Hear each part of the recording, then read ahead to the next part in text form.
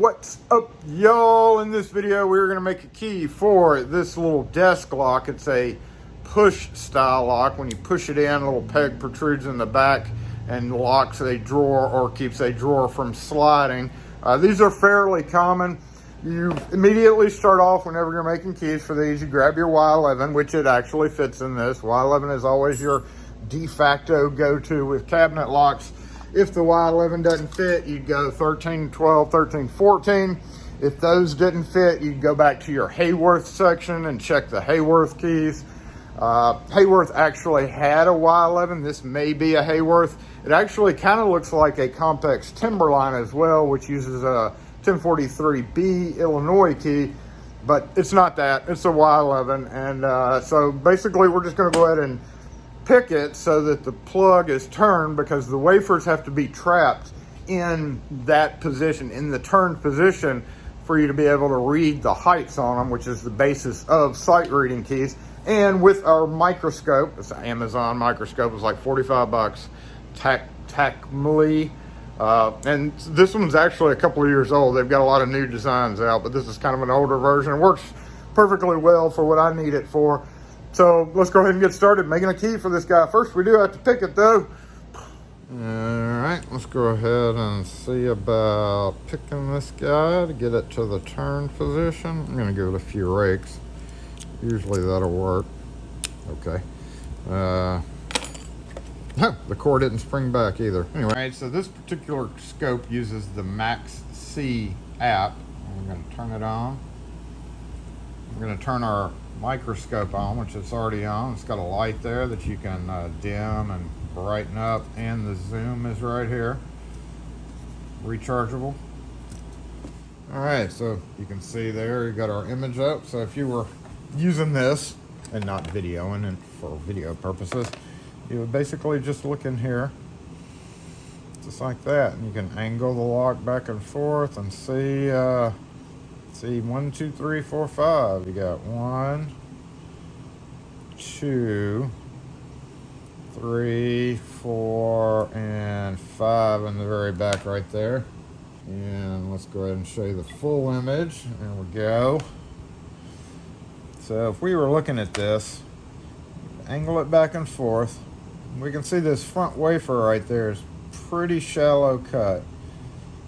So angle it back and forth, line it up. Now remember, basically you can kind of consider it to have 4 depths. There may be 5, because some of these have an X cut, which is between like 2 and 3 or 3 and 4. But if you basically kind of get the idea of the height and then measure across the keyway. So if it's right there, if the wafer stops right there, if it's up here, it's going to be closer to the top of the key, which means it'll be a shallower cut.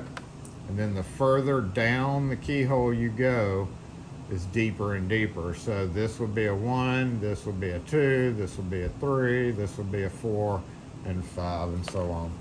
So if we're holding this up in here, we see shallow on the front wafer, and we got a deeper one behind it. We're going to angle this back, and that deep wafer usually kind of conceals the number 3 wafer, so it's kind of hard to see. And if you can't see it, that usually means it's shallower than this wafer. So it's either going to be, let's see, shallow, deep, and then shallow. You can actually see it poking up right there. And then the wafer behind it, it looks like 3 and 4. I'm sorry, 2 and 4 may be the same depth. See how it lines up once you line it up? And then that wafer behind it is even deeper. So if I was going to guess, I would say we have 1, 3, 1, 3, 4. 1, 3, 1, 3, and 4. So let's give that a test cut. Or you could use anything for this, space and depth keys, little sheet cutter. I'm just going to use the HPC X32 card. There's that that X cuts between 2 and 3. We're gonna kind of, so X is for certain cores, and yes, it usually is used in aftermarket cores, but we're just gonna kind of ignore the X on this one and just go 1, 2, 3, 4. You could also probably use the Chicago wafer or the Corbin disc. There's a few cards you can use because they're all about spacing. They're all about 100 apart. So you got 319 to 416, 416 to 513. If you're using this color.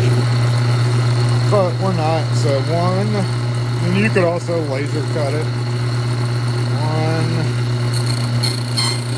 3, 1 doesn't really make a cut. 3. It's always better to go shallower than deeper because you won't waste the blank.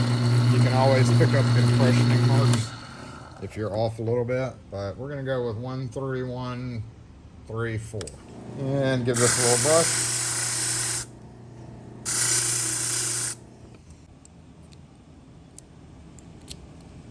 Oh, perfect. So there you go. That is another sight reading of the key with the help of the microscope. This video is not sponsored by this company. It is simply a tool that I purchased with my own money. I've never been contacted this company before, but it does help with certain things. Also wanted to thank Kevin K. He sent me a scope, which we may get to play with one day. So look at that.